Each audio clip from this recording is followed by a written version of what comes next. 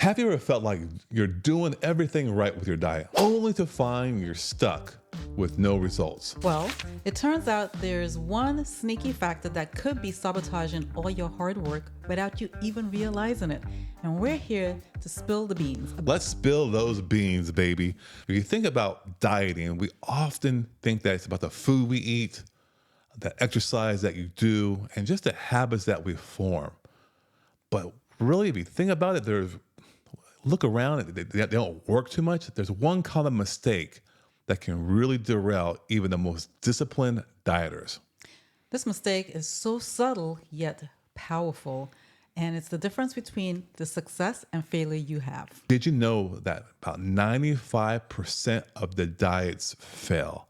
I believe it. Yeah, and when I'm believe talking it. about diets, I'm talking about these little programs from the South Beach to the keto diet. What other diets are there?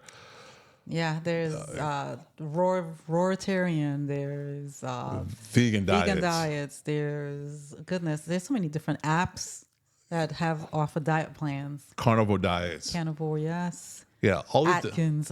Is Atkins still around?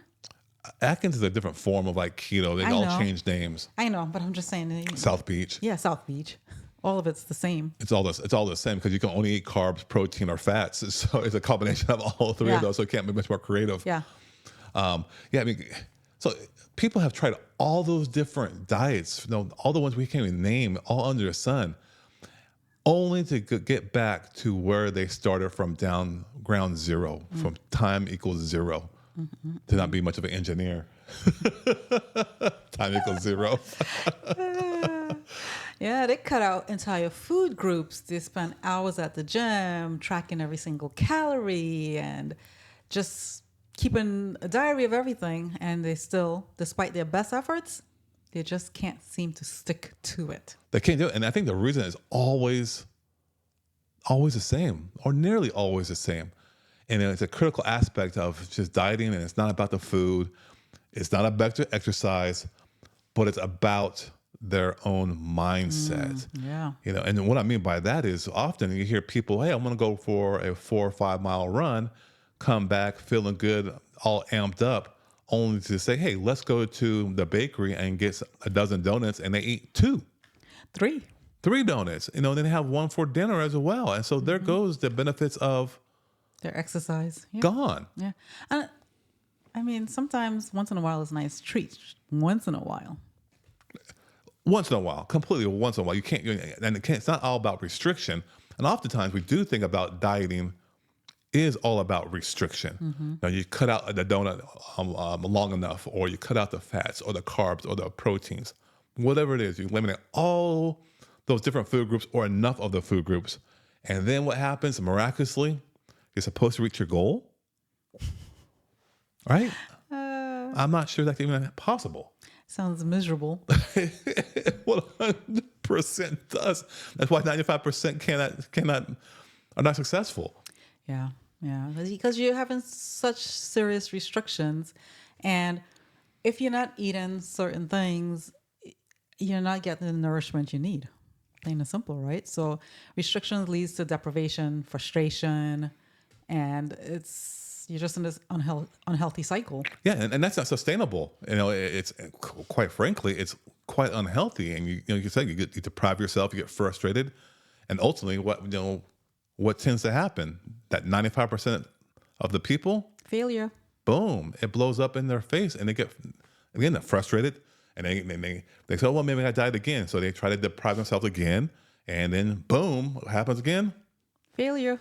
It's a vicious circle. Yeah. Very vicious, and before you know it, you are way above your weight when you first started to diet. Because you're eating more. Yeah. And it doesn't have to be that way, So I guess one of the key is that you don't want to be too extreme, because when you're too extreme, you're going to start out strong, but eventually you will crack and fail. Because what happens is you get frustrated or something, you go for that run, you feel good, and you binge on those donuts, and you've been trying to avoid them. There goes all the benefits. Yeah. You're taking 3 steps backwards. Yeah. Yeah, and then the frustration sets in. Now you're going to go in 5 steps back because you just give up altogether. Because you said it, you've forgotten the most important thing. And what do you think that most important thing is? What do you think it is? I asked first. Why are we doing this video? I asked. No, it's all about balanced dieting. No, balanced dieting isn't just about losing weight. It's about finding a way of eating that nourishes our bodies, but also our minds. Yeah, because if you eat a balanced, healthy diet, a balanced, healthy meal, you will nourish your body physically and your mind too. It's all connected. That Yeah. gut-brain connection is all connected. Yeah, and we're going to get into what that balanced meal or dieting looks like. And it really, if you incorporate it, it's not even a diet. It's just a way you nourish your body. It's a mindset. Because you don't want to do those extreme diets anymore where they harm your physical health, your mental and emotional well-being. It's like you want to go to war with food and yourself. That's craziness. Yeah, because you become anxious, you become stressed, you become obsessed with every little detail, you know? And it's no wonder that we end up feeling like we're failing because we're setting ourselves up for failure from the very start. Yeah, so eat to nourish the body and not satisfy hunger. That bears repeating. You eat to nourish the body, to allow it to heal, and not just because you're hungry and you eat some bag of sun chips because you think you're hungry. That does not nourish the body. It creates an addiction to that chemical concoction that you have in your hand. How do we avoid this critical mistake that can ruin our diets? The answer is simple. We need to focus on nutritional balance. We need to find a way of eating that nourishes our body and our minds. You said so well that it's all about balance. When you make nourishing a balanced approach, and it accompanies our lifestyle for our bodies and our minds, it's like you're running a marathon. The steady wins the race. Right. And we need to focus on adding in the healthy foods rather than just cutting out the bad ones and going so extreme. Because we all love the different foods, Right. but it's not all about just cutting it. It's about getting the more of the healthy foods in for our body can adapt to take on those nutrients, and it almost force you to stop wanting the other foods because you just feel so good when you eat the good ones. Yeah, your taste buds will change. Yeah. Absolutely. And your desires to want to eat that way will go towards that direction of eating clean. Yeah, when you start eating clean, then you start looking for different alternatives for the foods you love. Yeah. Like everybody knows I love cheese, or I loved cheese, and now I can't handle the way I would feel if I were to eat cheese again. But what did we do? We found an alternative where we can enjoy the cheese. No. And it's to say, not to say we eat this all the time either. We eat it once in a while when we want that pizza night with the girls, right? Yeah. If you want to make a baked ziti, But there's different ways you can do it. Right. Right. You can do chickpea pasta. Right. Homemade sauce. right? Versus everything store bought or the heavily rich, starchy, Right. fake pasta they sell in the stores. Correct. So, you're the coach of nutrition. I'm more of the health coach when it comes to medical and mindset stuff. But when it comes to eating healthy and incorporating the healthy foods, it's all about eating a healthy pyramid. And I'm not talking about the FDA pyramid of how they break up the plate. That's hogwash. It's BS. It is. It's bad. It's paid for. It's all sponsored. It doesn't promote anything. When you look at when they say tomato sauce on pizza counts as a vegetable, you're in the wrong place. That was interest groups doing that. That's all interest groups. So when we say healthy pyramid, we're going to explain it to you right now. This is what you want to incorporate. So what's the number one thing that we need to incorporate, the healthy thing, into our diets? I would say water, clean water. Everyone needs water. Your body needs water. At least 64 ounces in a given day. And if you don't, you got to break up the water, right? So for me, I carry around a big thermos of water.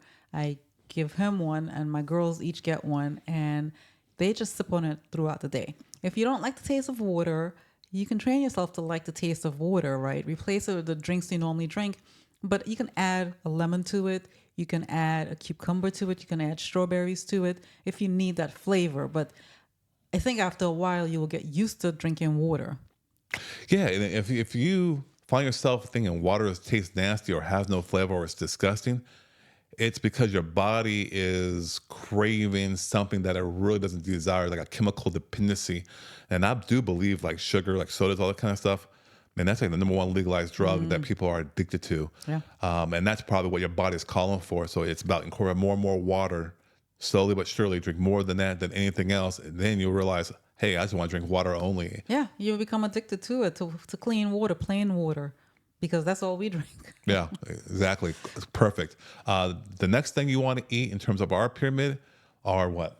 Legumes, whole grains, potatoes, my favorite. Also good. Oh, Root vegetables, squash, corn. yeah. You know, when you say those, I hear, oh my gosh, there's so much carbs in that. And carbs are what actually gains weight. You're talking about the bad carbs, It's true. the donuts, the pizza, Yeah. the muffin, those type of carbs. Yes, you will gain weight eating those things. Because when you think about like the squash, the fibrous carbs, the squash, Right. the potatoes. I mean, think of a potato, how big a potato is. It's so difficult to eat a whole potato with some vegetables on top of it Yes. and gorge on it. And that's Yes. probably like 300 calories and all from the fiber. Yes, and it's very filling. I mean, one time I've made stuffed sweet potatoes one time, and I think I only ate half of it, and you ate one, and you're like, wow, this is filling. Yeah. Number 3 is what?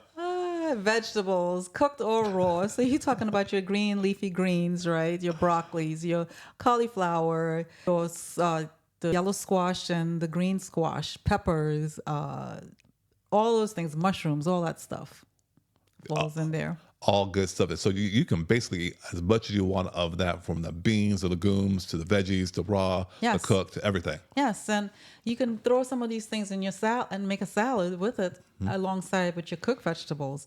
And it's all in how you prepare things. So, for instance, you want to have a salad, you want to throw some greens in there, some baby leaf lettuce, but you can throw some greens in there, and you can finally chop up a couple pieces of broccoli heads and some bok choy to finally chop it up, and then to add some sweetness, you can throw some organic dried cranberries in there, Or raisins. or raisins, Yeah. and some chickpeas, some roasted chickpeas, That's delicious too. and you have a phenomenal salad right there that I believe children would eat, because my children eat it. Our children eat it, and then alongside that, you can have your cooked broccoli. The rest of the broccoli head, you can cook that, and whatever else you have on your plate, that's a nice way to get your cooked and raw vegetables in one meal sitting. That's great advice. The only thing I would suggest also is that you do not eat the store-bought dressing. No, Look up recipes, make your own. they're so easy. So fattening. One of my employees got salad and they were so proud. They looked, Dr. Haynes, I got a salad here. So I said dressing. She put 2 things of dressing on it. It was like 300 calories each of avocado ranch dressing. Oh my gosh. So, but at least I'm eating a salad. No, you just ruined the salad. Yeah. Yeah. So, She put way too much fat on there, number one, and it's processed sugars, salts, and probably the bad oils. Yep. But there's so many dressings out there you can make. You don't even need equipment. You can just throw everything into a jar and shake it up. There's so many dressings out there. Definitely. So that's great advice. And the last thing that we should eat on our pyramid are what? Fruit. Yeah. People are scared of fruit because we've been trained to think, oh, fruit has so much sugar in it. And it's like, well, it also has fiber. They're not telling you that part. So if you drink fruit juice from a can or from a bottle, yes, that's a lot of sugar. That's sugar. But if you eat a pear, if you eat an apple, if you eat a kiwi, you're not going to get that same sugar rush. That's 100% true. But those are things you can eat, incorporate into your meals right now. And then eventually, slowly but surely, you can begin to eliminate all of the other things that could be causing inflammation, like dairy, the oils, the treats, the donuts we talked about. That just takes work. And that's why it's always like I worked when I made this transformation. I got myself a health coach. You did too, right? And then we found our way of doing the same thing. Now, so when you think about this pyramid, you got to remember that dieting isn't just about the food, right? It's also about the mindset, your overall emotions, and really your overall well-being. So if you're struggling with dieting or just looking for a healthier approach to food, remember this. I mean, as you said, nutritional balance is the key. It is. And when you start eating a balanced meal, your mindsets will start to change and go in the right direction. You'll see. Yeah, completely. So don't be too extreme. Don't try to restrict yourself too much. Instead, the mindset is this: focus on nourishing your body and your mind, nutritional balance. Yeah. Focus on finding a way to eat that makes you feel good both physically and emotionally. So Yeah, that's it right there. So, in summary, it's all about finding nutritional balance and remember that our mindset plays a huge role in our dieting success. if you're struggling with dieting or you're just looking for healthier tips, let us know in the comments below. And don't forget to check out our other videos on more advice on just how to maintain a healthy lifestyle. Additionally, we do have a free toxic body health assessment. If you want to know how toxic your body is, click the link below. It's totally free, and it will tell you all your different risk factors or toxins that are in your body. It's actually a great way to approach your new diet. And don't forget to check out our other episodes more about advice on maintaining a healthy lifestyle. Awesome. So till next time. Be well. All right. Take care.